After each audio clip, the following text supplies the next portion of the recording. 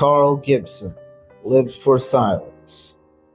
In a world that screamed at all hours, buzzing traffic, barking dogs, television debates, arguments on phones, Carl found refuge only in quiet moments, rare as they were.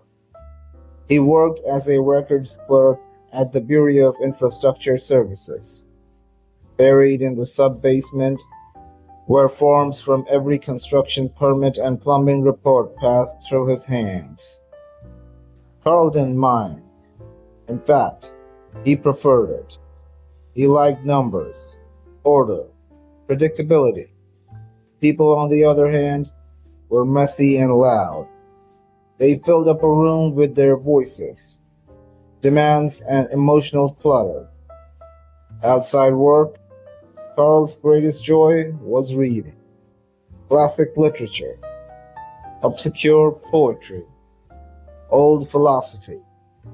He would sit for hours in the back corner of the city library, shielding himself from the chaos outside, losing himself in Cervantes, Eliot, or Dostoevsky. He didn't need company. The characters in his books were far more real to him than anyone at his job. But his wife Lorraine hated the silence he craved. "Carl, you're not living," she often barked, flipping through fashion catalogs with the TV blasting. "You need to be out there, doing something real." He tried explaining once, tried to show her how a single well-written sentence could resonate longer than a shout. She'd laughed. "You and your little books. It's like being married to a ghost." The marriage had become one of obligations and avoidance. She hosted loud cocktail parties for her friends, while Carl hid in the garage with a thermos of tea and a worn copy of King's. He didn't fight her. He didn't argue. He just waited for the noise to stop. It wasn't just Lorraine. The whole city seemed allergic to silence. They installed LED billboards that talked, trains with musical announcements, elevators that told you how fast you were going. Carl began keeping his old library books hidden in his coat pockets, afraid his coworkers would tease him.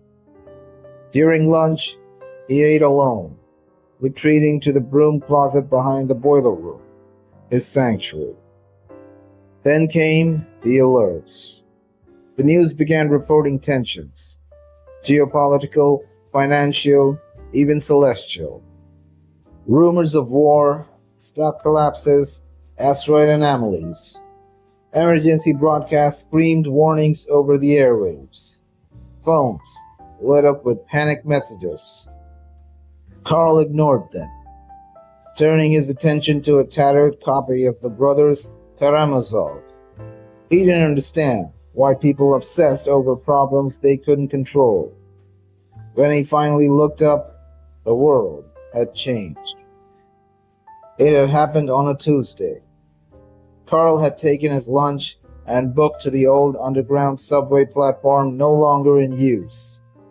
It was silent down there, still untouched by the new renovations. A hidden gem. That's when the tremors began.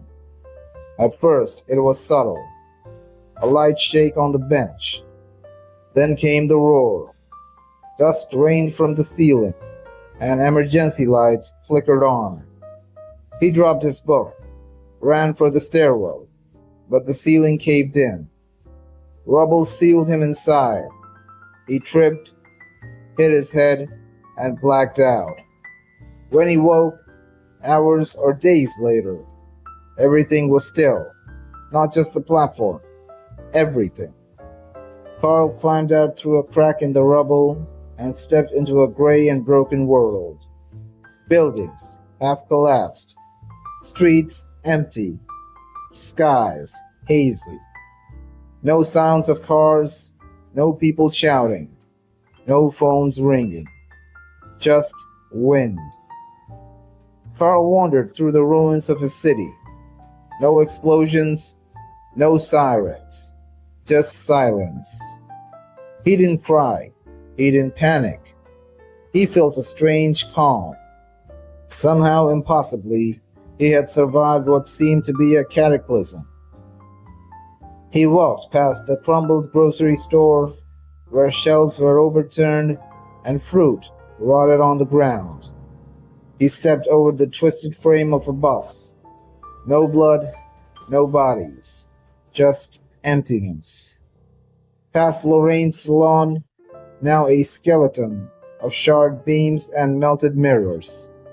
He paused there, not in mourning, but in contemplation. She wouldn't shout anymore. She wouldn't mock his books. Was he free or alone? When he reached his house, it has collapsed.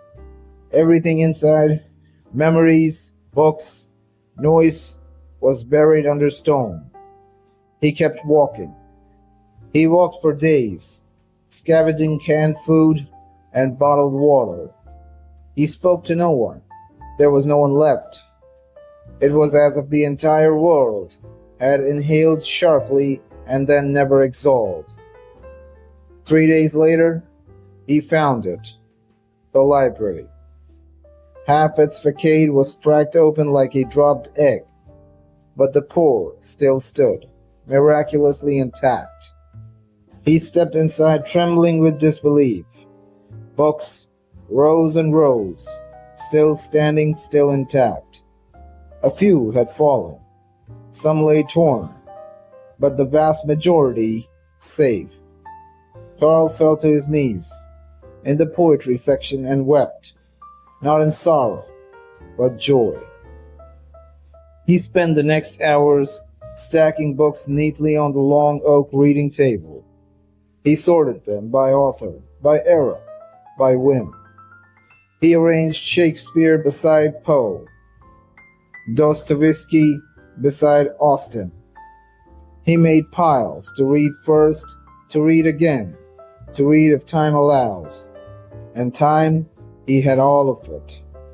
He found a thermos in the break room, found canned food at the convenience store next door. Every day he read from dawn to dusk, surrounded by silence, just him and language, and soft rustle of pages. He read aloud sometimes, letting the words echo through the marble halls. He smiled. He laughed. He even clapped after a brilliant paragraph. He was alone, yes, but never lonely. On the 6th day, while flipping through a volume of Ovid, Carl reached for his glasses. They slipped from his fingers. The lens struck the marble floor and cracked in half with a sharp snap. "No," he whispered. He picked them up with shaking hands. The left lens was missing. The right was a spider web of fractures. Carl looked around the ruined city. No optometrist, no lens grinder, no way to repair them. He tried reading without them. The page blurred. The words swam. He squinted, forced himself to read a single line. The letters danced in mocking spirals. "Please," he whispered. He held the fractured lens over one eye like a monocle. Even that didn't help. The silence pressed in now, not peaceful, but cruel. He banged his fists on the table. The books were there, all of them, and he couldn't see. Days passed. He stayed in the library, surrounded by what he loved but could no longer enjoy. He ran his fingers over the covers. He kissed the pages. He mouthed the words he memorized, but it wasn't the same. The world had finally given him the time he begged for, and then it had taken away the one thing he needed most to enjoy it. He laughed, short, bitter, then screamed. No one heard. He considered walking into the ocean, letting the quiet consume him forever. but something held him back. Weeks later, Carl made a discovery. In the basement archives, past the maps and film reels, he found a display case. Inside, a pair of antique reading glasses. Decorative, dust-covered, probably not prescription. He broke the lock and slid them on. They were weak, everything still blurred, but slightly less than before. He tried reading again. 1 page, 2, a full chapter. He cried. The world hadn't given him perfection, but it had left him enough. He would read slowly now, carefully. Maybe a book a month, maybe one every 2. He had time, endless, beautiful time. If you enjoyed the video, like and share the video and subscribe the channel. Thanks for watching, and I'll catch you in the next one.